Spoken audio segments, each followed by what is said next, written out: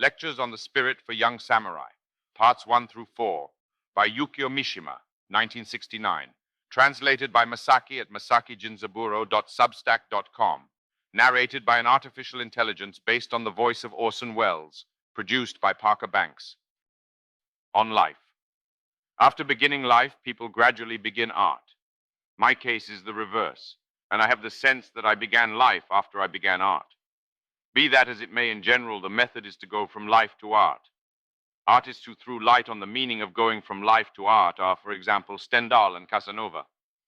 Stendhal's own life was full of vexation, and he was not necessarily popular with women, but in the course of repeated failures, he realized that it was only with literature that his dreams could be realized. On the other hand, Casanova, owing to his inborn talent, had one love affair after another, and when he had decided that there was no more for him to do after having tasted the good fruit of that life to his heart's content, he began to write his recollections. This is both a contest and a competition between art and life. We have fallen under the illusion that we learn life from novelists, but the lives of novelists are impoverished, while in the wider world there are many people who have lived rich lives. Further, probably 1% of those people who have lived rich lives have a desire to document their lives. But documentation itself requires ability, requires technique, and just like all sports and techniques, it requires a long process of training. While engaged in training, one cannot enjoy life. Further, in the midst of adventure, one cannot practice the ability for documentation. So when people think to record their own lives, to leave them to the world as a pleasant story for future generations, it is generally too late. Those who are not too late, who barely made it in time, are rare examples like Casanova. On the other hand, like Stendhal, life does not necessarily go as one wishes. One is not necessarily popular with women either.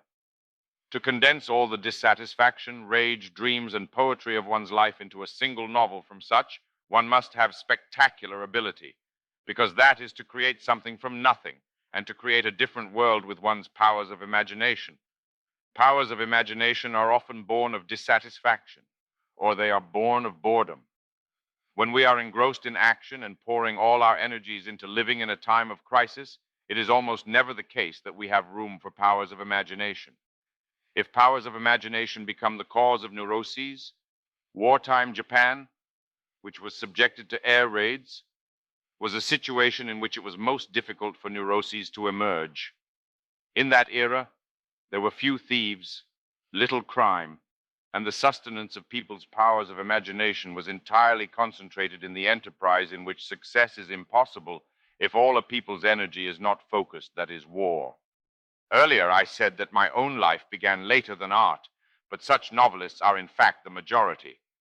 A person who begins writing novels at 20 has no option but to expand his powers of imagination on the basis of what he has felt until the age of 20. That is rather a problem of sensitivity than experience. We, in the midst of the easily wounded fragility of sensitivity, discover incongruities with our life, and in order to bury the gaps of those incongruities, seek to play in the world of words, because that is the origin of many novelists, the strong power of will, endurance, and other powers, as a fully fledged human being sufficient to taste true life, consequently end up being used from when they begin to write novels, and abilities that should be useful for life are all devoted to competent areas for being a novelist. They settle as professionals, and they can seek the most pure, most unsullied, and most intense experiences of their own lives only in the life of sensitivity prior to their youth. That writers are often said to mature toward their maiden work is for no other reason than that, for writers, it is the unstable work formed from the most keen sensitivity when their experience of life was not yet sufficient that becomes the treasured home of their life experience to which they will return repeatedly. Not only youth, but also childhood is a treasured home for writers. There, life is not an experience, but merely a dream, not reason, but merely sensitivity. One also evades the responsibilities of adults and is protected by them. This is a different subject, but that in the political action of the National Federation of Students' Self-Government Associations, a character as a sort of artistic act cannot be completely gotten rid of is because they are still glued to this sort of juvenile world and politics of dreams and concepts. We do not begin life satisfied with it from the first. Satisfied people are extremely exceptional. This will surely be the same no matter what sort of social revolution succeeds. Art begins from there. On art. Yesterday, I met a former soldier who graduated from the former military academy and is now 50 years old. He is now successful and a businessman, but he has faced death 7 times in his life. The transport ship convoy that he commanded was repeatedly sunk, and he has experienced being sunk 6 times. According to his story, when he, at the sound of an enemy raid, looked at the sky, several enemy planes suddenly attacked from the front, the right, and the back of the boat. If it were a raid from only 2 directions, they would be able to somehow escape with a serpentine motion of the ship, but when attacked from 3 directions, there is nothing one can do. Around them rose water columns from depth bombs, and those white water columns seemed to stand still as if in a painting. Just like a fountain, the shape of the water fixed as is in the air. He gave orders to let down the division commander with the regimental colors in a boat, and for other sailors to jump into the sea, and he himself remained until the end, with the petty officer clinging to his waist and trembling. The ship gradually tilted.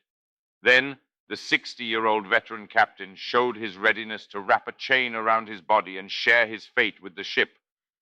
At the last moment, he jumped into the sea, but he says that there were as much as about 60 meters from the peak of the ship, which was completely erect.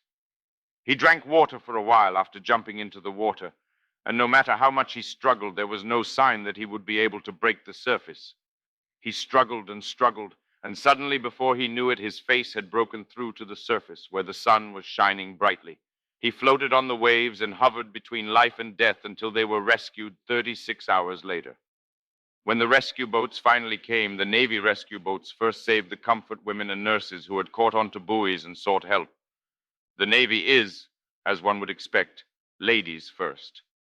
The men were gradually rescued, and they were picked up one by one. But since it would be unacceptable if there was someone who relaxed and died as soon as he was picked up, the system was to have them eat spirit cudgels and regain their spirits as soon as they had been rescued by the ship. He evaded the spirit cudgel by showing his high-ranking officer's badge. He was that vigorous. Such a life was in his case repeated over and over again. And when he thought that death was certain, he slipped out of its grasp. Life is arranged such that if one does not draw near to death, one can demonstrate neither its true power or the tenacity of human life. Just as, when testing the hardness of a diamond, it will not be proven that it is a diamond if one does not rub it against a hard synthetic ruby or sapphire. When testing the hardness of life, it may not be proven if it does not bump up against the hardness of death. Such life as by death immediately sustains injury and breaks may be no more than mere glass. But we are living in an era of truly hazy and vague life. Besides car accidents, we hardly ever die. We are fully equipped with medicine, and we have completely evaded tuberculosis, which once threatened sickly youths, and conscription, which once threatened healthy youths. And in a place without the danger of death, it is unavoidable that actions to prove one's life on one hand become an almost mad quest for sex, and on the other hand become political action for the sake of mere violence. And there a feeling of irritability for which even art has almost no meaning is born, because art is something that one enjoys by the hearth. Without moments of solitude by the hearth, one can absolutely not appreciate beautiful art, quiet music, or well-written novels. Literature as a pastime was something like the James Bond novels that old politicians who have tasted both the bitterness and sweetness of life would devour while smoking a pipe by the fireplace.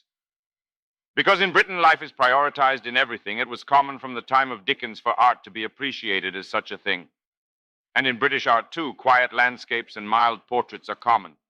And such things as would be a stimulant to life were by no means sought. And even if they became a stimulant, they brought smiles to the hearts of adults, and were no more than a means for people who had known true adventure themselves to once again enjoy an adventure on paper and lose themselves in recollection. The unapproachability of British literature stems from this. In comparison, the tendency to condense more intense lives themselves into novels, the tendency to attempt to bring the mental anguish of youth in their raw form, as is into art, arises from more immature societies. Novels like the Russian Dostoevsky's The Brothers Karamazov, which cut through to and reveal the frightful depths of the human mind, are completely unsuitable for a retired old politician to read by the hearth. That is such literature as torments, troubles, or encourages youths. And as Heine once aptly stated, no matter how classically complete Goethe's literature, which by no means encourages youths, is, the view that it is merely infertile arises. Here, two contradictory demands with respect to art befall it from the side of life. That is, there arises the contradiction that a bored, peaceful age produces fully mature art in a certain sense, but that fully mature art cannot sufficiently captivate souls that cannot tolerate the restlessness of that life. On politics, this contradiction sought by art impinges on the problem of human life itself. That is, in an era or a society where one cannot freely perform actions that, through contact with death, reveal the brilliance of life, that reveal the hardness and strength of life. To put it plainly, in a society that is not full of war, pioneering, and adventure, while such an era continues for long, those sought by art become unable to be satisfied with the sluggishness of the art that gives and immediately end up forcing art out. It is natural that turn into extreme political action. People immediately tire of well-ordered societies. They tire of the status quo. They now bear revulsion to the point of nausea toward the sterile hell of the great metropolises with brilliant neon that they so admired during the war. They hate all established order and come to love filthy ruins. Here the problem of art and politics emerges. I think that I display the form of one who, originally having been able to seek such desires in art, finally spills out into life and goes on to spill into political actions that are the most full-bodied actions among the actions of life. Political action was not necessarily so in the past. Politics was divided into two types. Namely, it is the preservation of the order of civilian life through the pursuance of mild, realistic aims, and the protection of the security of that order through receipt of people's trust that is supposed to be the duty of the politician, and to slowly rectify its faults, to take into account people's opinions, and to gently reform that society was supposed to be the task of the politician. And the other political action was revolution. It alters the various problems that social contradictions diffuse all at once by violent means, and it dreams of an ideal society beyond that change. But the passion itself of that revolution presumed the real existence of pressing, strained living conditions, poverty, and frightful social contradictions.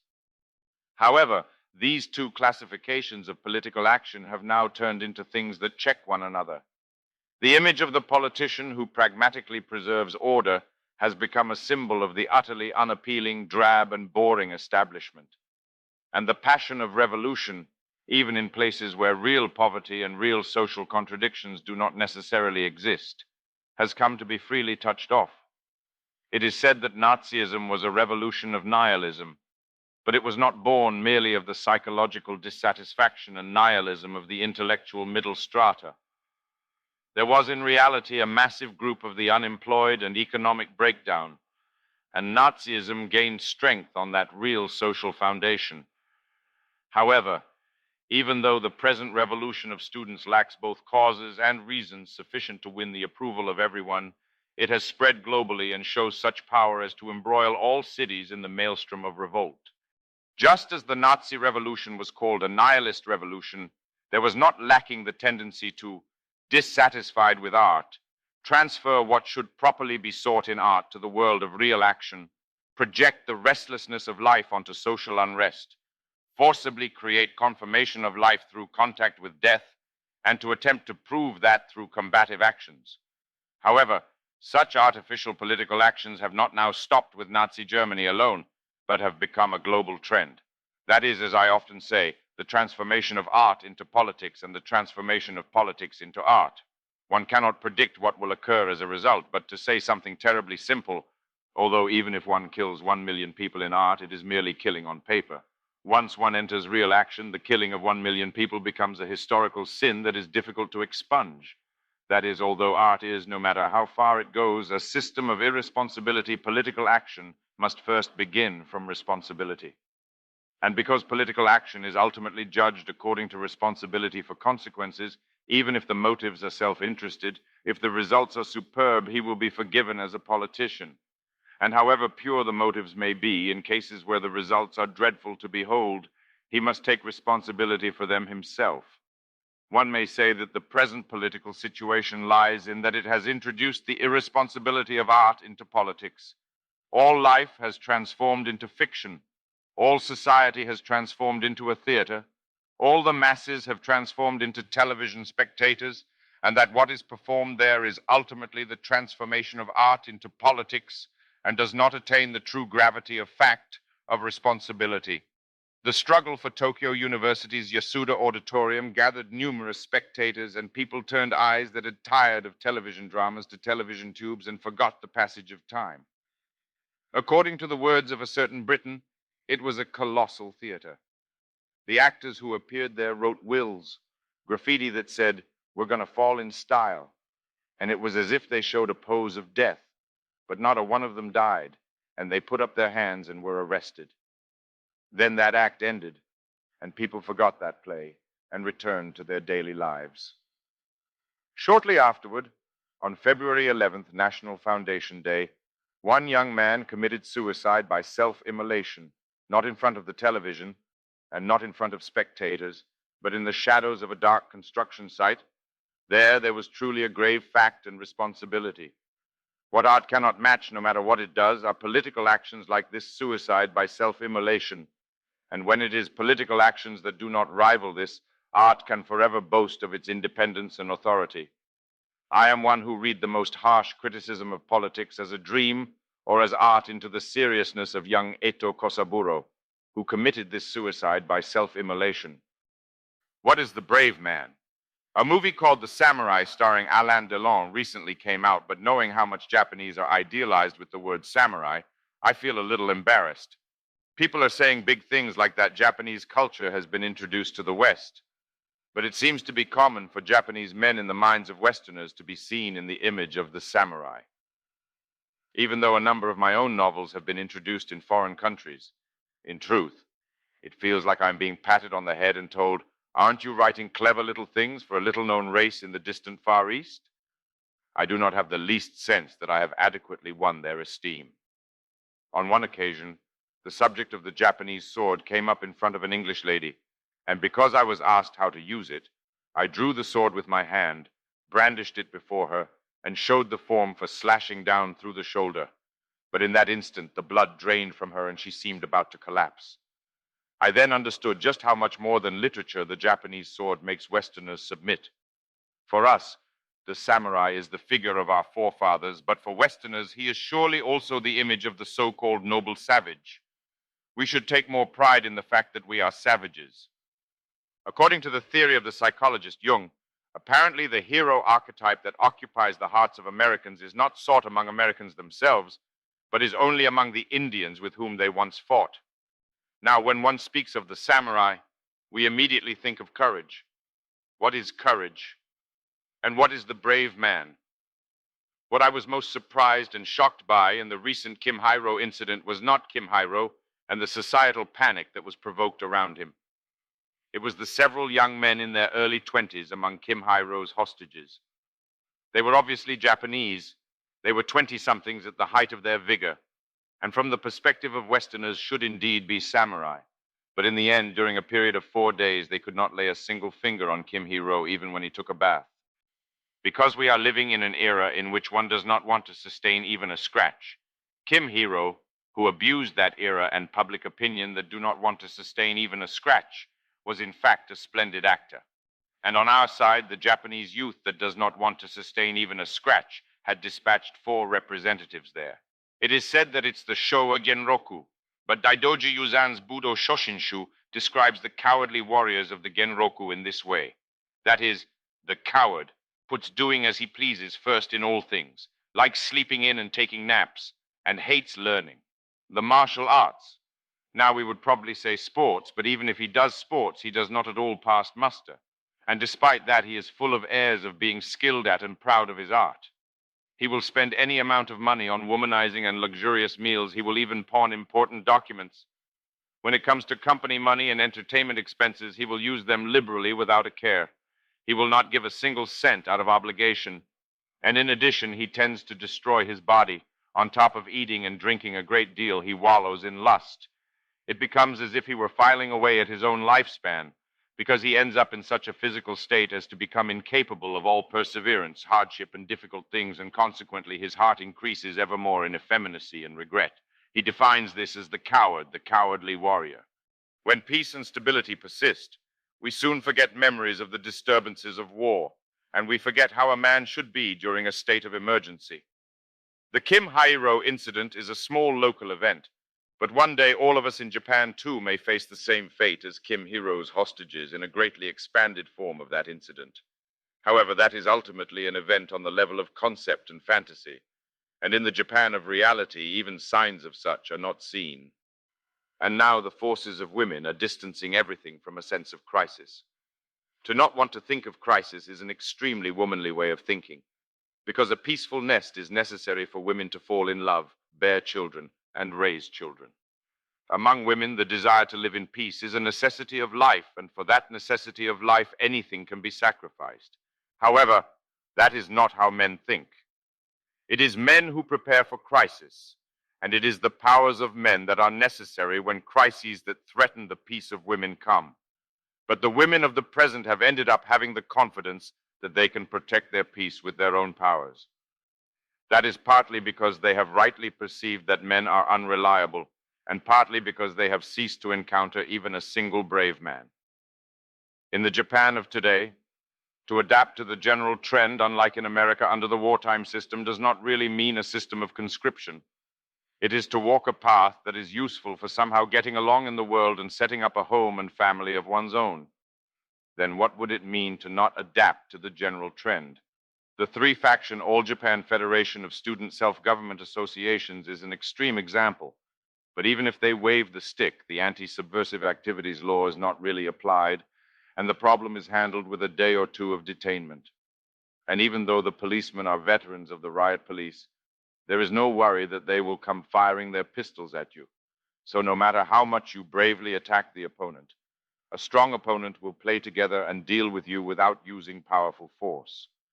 One may say that in that there is a relation similar to that of a kindergarten and its nurse. Consequently, if in present-day Japan there is not even a way for brave men to prove that they are brave men, then there is also no worry that cowards might be detected as cowards. Ultimately, courage is determined in life or death decisions, but we live in a place where such decisions never show themselves to people. It is easy to say in words that one would die for such and such or risk one's life, but at present there are simply no opportunities to prove whether or not those are just words. Each time I reread Budo Shoshinshu, I think that one must look elsewhere to determine whether contemporary young samurai are brave men or cowards. What could that be? It is a single ethic of action that is always squarely maintained in both emergency and normal situations. It is to return to the fundamental lifestyle of men that is to maintain crisis in one's mind and to order each and every single day of one's daily life for the sake of that crisis. When men find their reason for being in peace, they must aid what women do rather than what men do.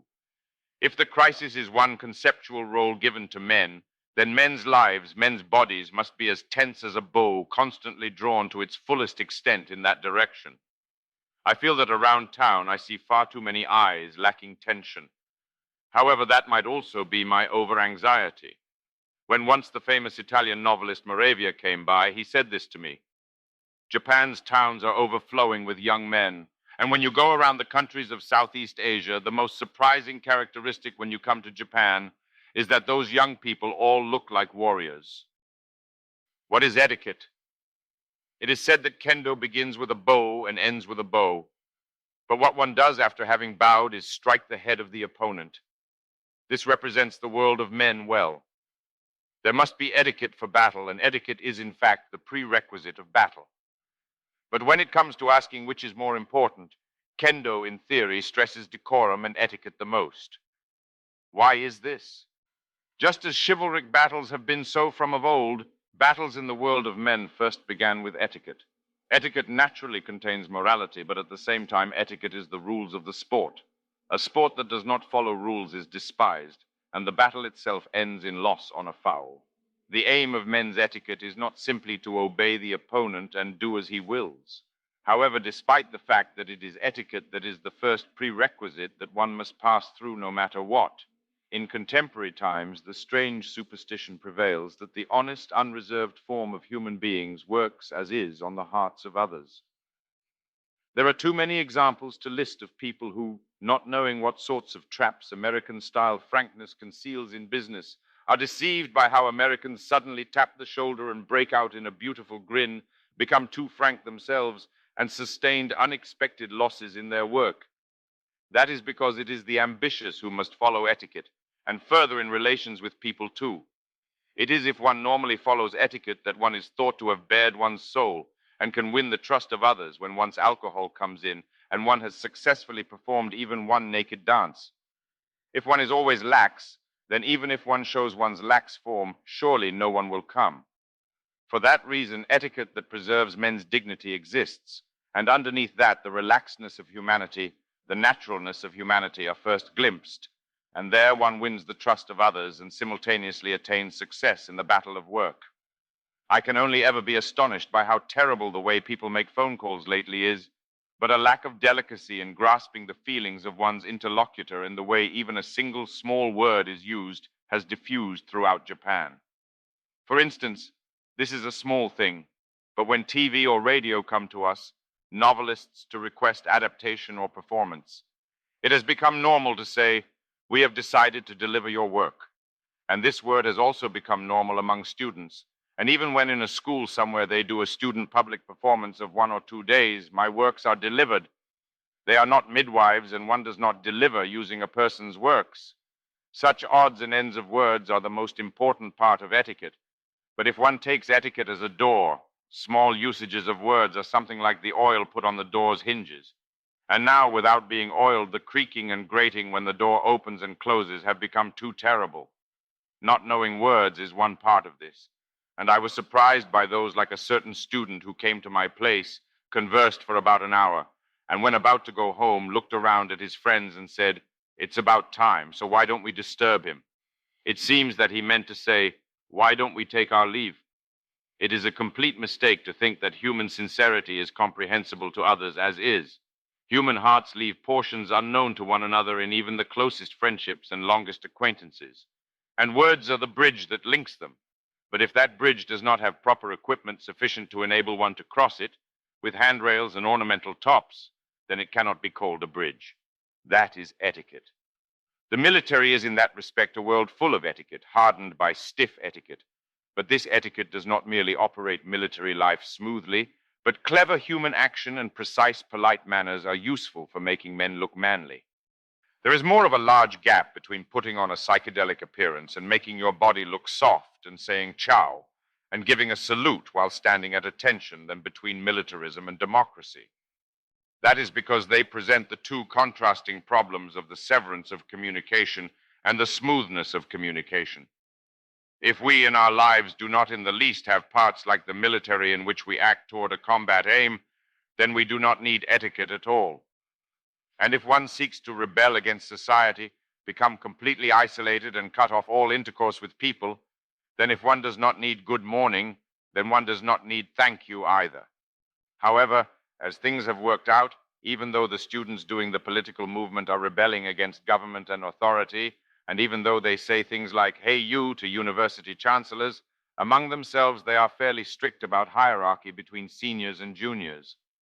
That is because where the human desire for dominion and power moves even slightly, that etiquette is demanded, and one ends up learning naturally that it is by following that etiquette well that one will also be able to attain power. Consequently, despite there being the revolutionary camp, strictness of etiquette in human relations is scarcely inferior to the conservative camp. Scholars and professors who normally insult the government obscenely demand the most strict etiquette from their students in the office. And if you knew just how much loss they are taking on by their tea-carrying assistants pouring tea badly, that would give you a clear impression. Now, as is clear from this, the world of men resembles sports. Because victory is contested, provided that rules are followed, the underlying struggle is to that extent concealed. However, because the world of women in this respect has little of the fundamental struggle, the struggle for power, it is on the contrary common for the rules of sports to be violated. Surely because for the rules of sports to be violated does not threaten one's survival. The strictness among wives at diplomatic missions abroad is surely because the women end up constructing an imitation of the world of men, born of their receiving government appointments and going abroad as the wives of diplomats. This is as one often sees in the recently popular novels and plays that depict life in the inner palace. However, it is common for wives in normal households to use their husbands as shields, in the way that in that respect they are able to casually say the most horrible things to their husbands and to be able to perfunctorily gloss over etiquette towards society as long as it excludes the job of the husband without any harm even coming to them.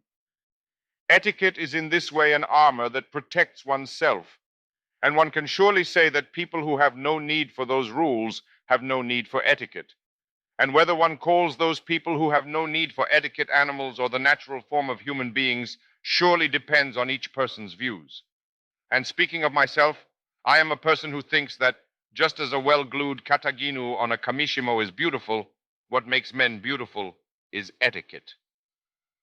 I will never forget the freshness when I before visited Kumamoto at the height of summer, and after having done kendo training with the boys at the famous Ryujokan dojo, with sweat still dripping from all over our bodies, we sat in seiza. The boy of senior rank shouted the command, "Before the altar," in a splitting voice, and we bowed before the altar. That was such a coolness as to tear the fabric of the summer heat all at once.